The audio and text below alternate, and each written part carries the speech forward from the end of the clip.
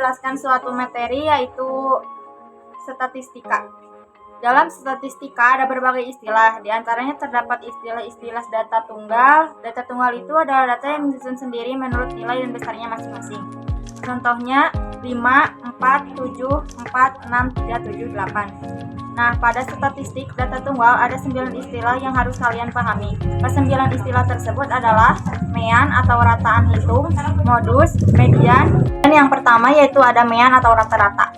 Mean atau disebut juga sebagai rata-rata adalah rataan hitung merupakan rata-rata nilai dari hasil hitung.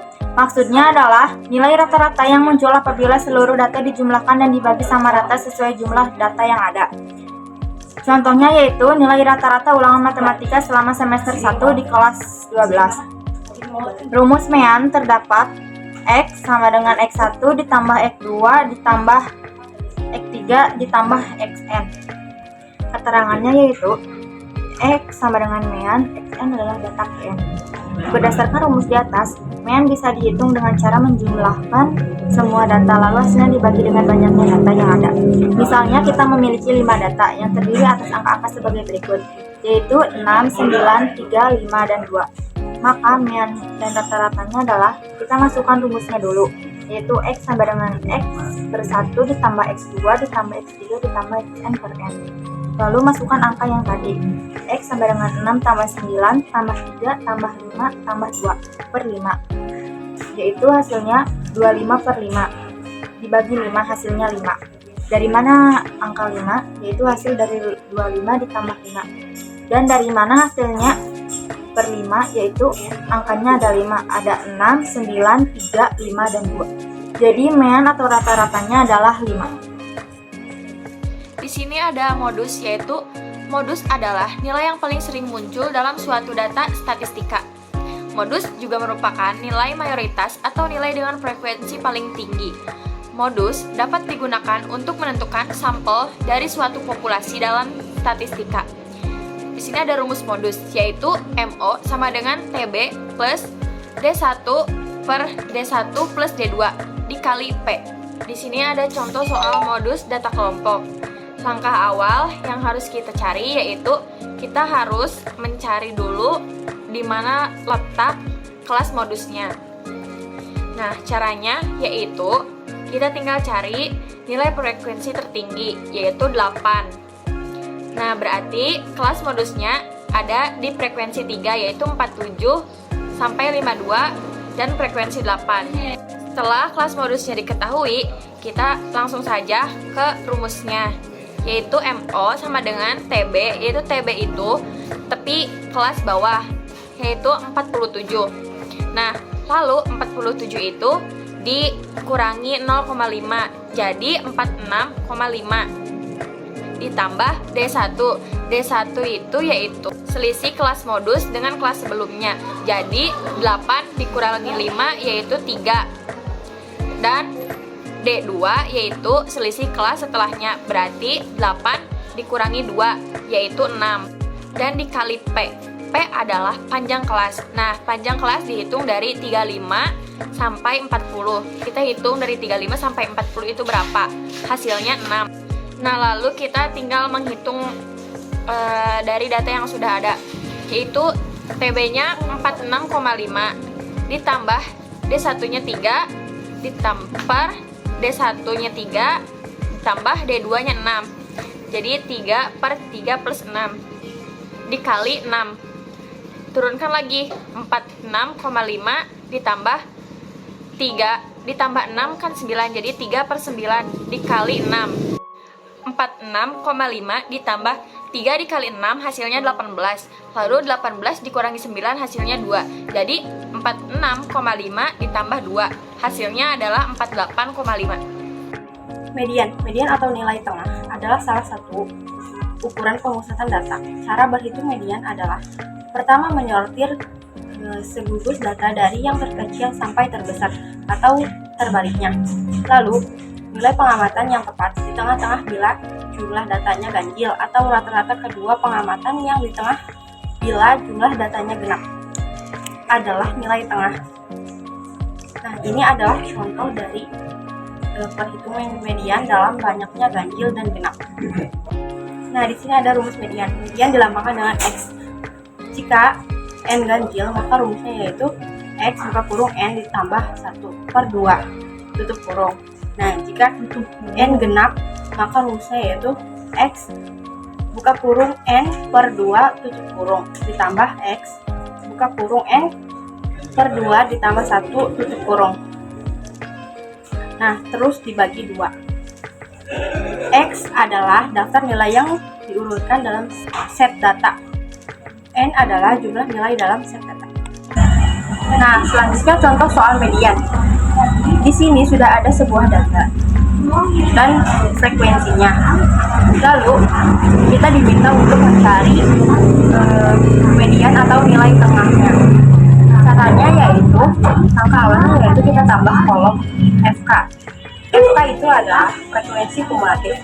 Nah, FK itu dimulai dari 3. Lalu 3 ditambah 5 sama dengan 8. 8 ditambah 2 sama dengan 10.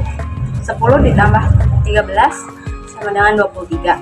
23 ditambah 25 yaitu 48. 48 ditambah 12 yaitu 60. 60 ditambah 20 yaitu 80.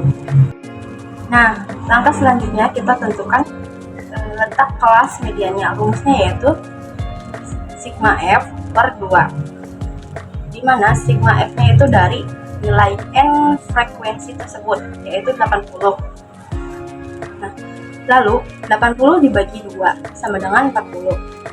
Langkah selanjutnya yaitu rumus median. Rumus mediannya yaitu TB. TB itu adalah tepi bawah ditambah N per 2 dikurang FK dibagi frekuensi lalu dikali P. Nah, dari nilai letak kelas median itu kan 40. Kita lihat di datanya. Yang memuat 40 itu adalah di kolom frekuensi kumulatif 48. Nah, itu adalah kelas mediannya. Lalu kita lanjut ke rumus median untuk menentukan nilainya. Rumus mediannya yaitu TB. TB yaitu tepi bawah ditambah N per 2 dikurang frekuensi kumulatif dibagi frekuensi dikali P. Nah, TB-nya yaitu dari kelas median yaitu 70. 70 dikurang 0,5 yaitu 69,5 ditambah N itu dari nilai frekuensi keseluruhan yaitu 80. 80 per 2 dikurang frekuensi kumulatifnya yaitu 23 dari sebelum kelas median yaitu 23 dibagi 25. 25 itu dari nilai frekuensi di kelas median. Lalu kita kalikan nilai P. P-nya yaitu kita lihat dari nilai 30 ke 39 itu berapa. Jadi kita hitung 31, 32, 33, 34, 35, 36, 37, 38, 39. Nah, berarti itu ada 10. Jadi nilai P-nya yaitu 10. Nah, lanjut. 69,5 ditambah 40. 40 itu nilai dari 80 dibagi 2. Nah, dikurang 23 per 25 dikali 10. Lanjut, 69,5 ditambah 40 dikurang 23 yaitu 17. Jadi 17 dibagi 25 dikali 10. Lanjut, 69,5 ditambah hasil dari 17 dibagi 25 dikali 10 yaitu 6,8. Nah, hasil akhirnya yaitu 76,3. Pengertian probabilitas. Probabilitas adalah kemungkinan atau peluang terjadinya suatu peristiwa atau kejadian.